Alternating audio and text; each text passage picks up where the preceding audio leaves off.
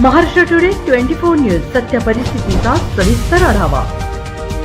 पंतप्रधान मोदींचे आवाहन यवतमाळचे एसपी सायकलवरून कार्यालयात आले। पंतप्रधान नरेंद्र मोदी यांनी पेट्रोलचा वापर कमी करण्याचे आणि परदेशी दौरे कमी करण्याचे आवाहन केले होते।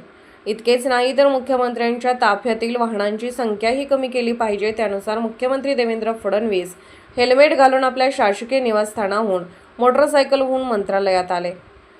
त्याचप्रमाणे यवतमाळ जिल्ह्याचे पोलीस अधीक्षक कुमार चिंता हे देखील आपल्या अभय बंगल्यातून सायकलवरून निघाले आणि त्याच सायकलवरून कार्यालयात पोहोचले। आता राज्य आणि जिल्ह्यातील किती मंत्री आणि अधिकारी या दोघांचे अनुकरण करतात हे पाहणे बाकी आहे। महाराष्ट्र सरकारचे चिन्ह असलेली असंख्य सरकारी वाहने अधिकाऱ्यांच्या मुलांना कॉन्व्हेंट शाळांमध्ये सोडताना दिसतात आणि ही वाहने भाजीपाला खरेदी करण्यासाठी दत्त चौकातही जातात। इतकेच नाही तर मुख्यमंत्र्यांच्या कुटुंबाला गावी जायचे असेल तर ते याच वाहनाचा वापर करतात। त्यावेळी किती पेट्रोल आणि किती डिझेल लागते हे माहीत नाही।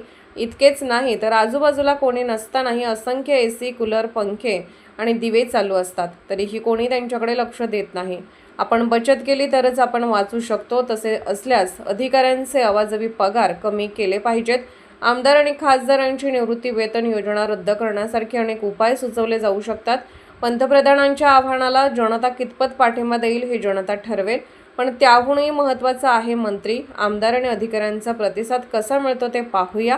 महाराष्ट्र टुडे मराठीसाठी ब्युरो रिपोर्ट, यवतमाळ। आजच महाराष्ट्र टुडे 24 न्यूजला सबस्क्राईब करा आणि सत्य परिस्थितीचा सविस्तर आढावा पहा।